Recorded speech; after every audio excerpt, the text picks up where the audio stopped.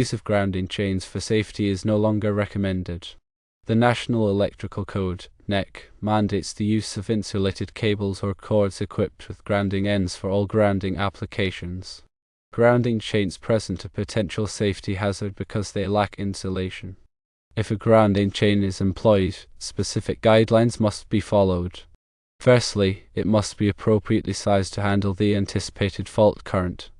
Secondly, the chain must be constructed from either copper or aluminum, ensuring adequate conductivity. Thirdly, the minimum gauge of the chain must be no less than number 6 AWG, as specified by relevant electrical standards. Fourthly, proper attachment is crucial. One end of the chain must be securely connected to the grounding electrode system, providing a direct path to earth. The other end must be affixed to the equipment being grounded, establishing an equipotential bond. Fifthly, maintaining tension in the chain is essential to prevent sagging and ensure a low impedance path.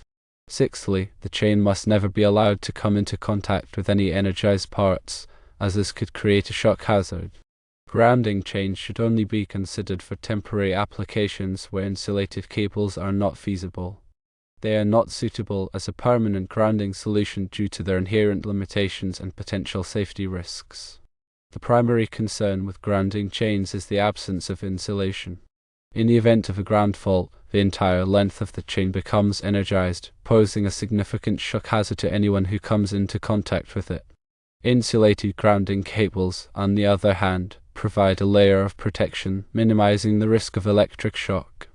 The NEC emphasizes the importance of using listed and labeled equipment for all electrical installations. Grounding chains typically do not meet these requirements, as they are not manufactured to the same stringent standards as insulated grounding cables. The NEC Section 8 addresses the use of equipment grounding conductors. It specifies that these conductors must be installed in accordance with the requirements of Article 250, which covers grounding and bonding. Article 250 provides detailed requirements for the size, type, and installation of equipment grounding conductors. These requirements are designed to ensure that the grounding system is capable of safely carrying fault current back to the source. Grounding chains may not meet these requirements, particularly with regard to insulation and ampacity. The ampacity of a conductor is its current carrying capacity. The NEC provides tables that specify the ampacity of different types of conductors based on their size, insulation type, and ambient temperature. Grounding chains may not have sufficient ampacity to safely carry the fault current in all situations.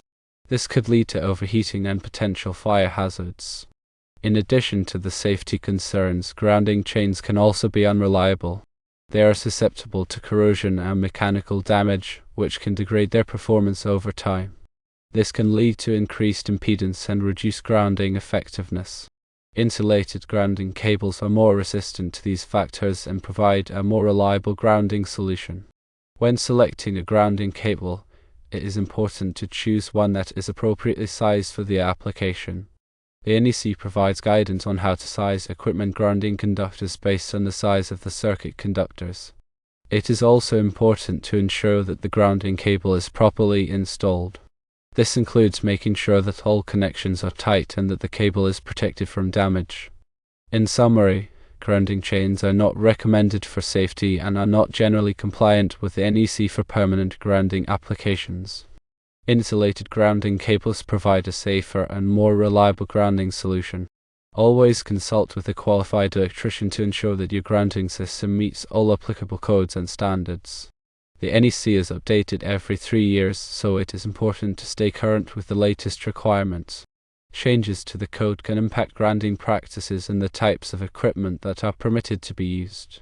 It is also important to consider the specific application when selecting a grounding method.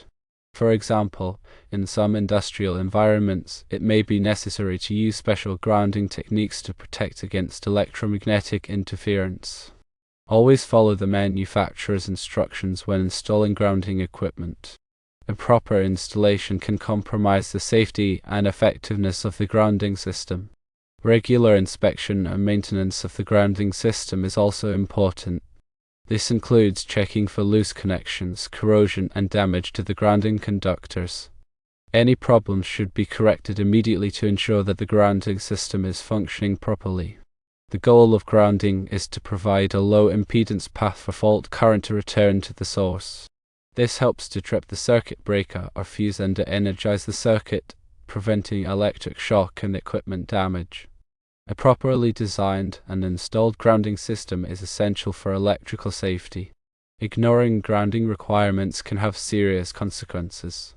In addition to the risk of electric shock and fire, improper grounding can also lead to equipment malfunction and downtime.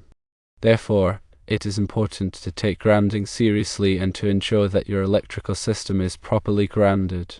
The information provided here is for general guidance only and should not be considered a substitute for professional electrical advice. Always consult with a qualified electrician before making any changes to your electrical system.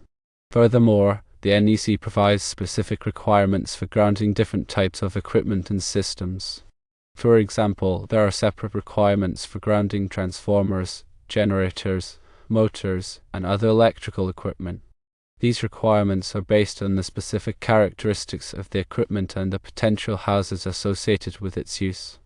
It is important to be familiar with these requirements and to ensure that all equipment is grounded in accordance with the NEC. In addition to the NEC, other standards and regulations may also apply to grounding installations. For example, the Occupational Safety and Health Administration (OSHA) has regulations that address electrical safety in the workplace. These regulations include requirements for grounding electrical equipment and systems.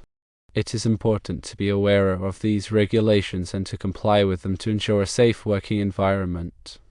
The design and installation of a grounding system can be complex, particularly for large or complex electrical systems.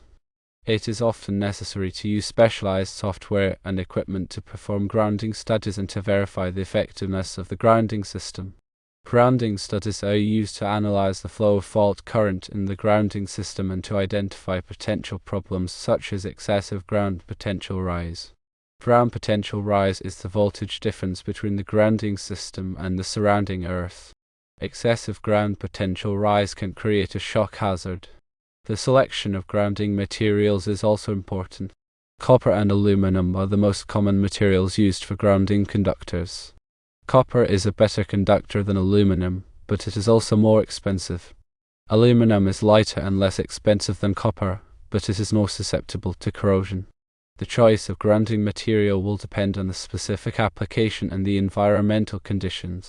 The installation of grounding electrodes is another critical aspect of grounding. Grounding electrodes are used to connect the grounding system to the earth.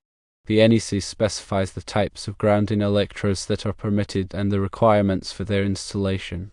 Common types of grounding electrodes include ground rods, ground plates, and underground metallic water pipes. The effectiveness of a grounding system depends on the quality of the grounding electrodes and their connection to the earth. Regular testing of the grounding system is recommended to ensure that it is functioning properly.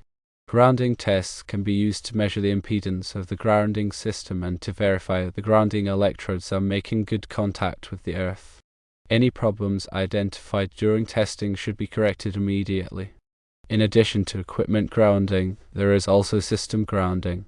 System grounding is the practice of grounding one of the current carrying conductors of an electrical system, typically the neutral conductor. System grounding is used to limit the voltage to ground and to provide a path for fault current to return to the source.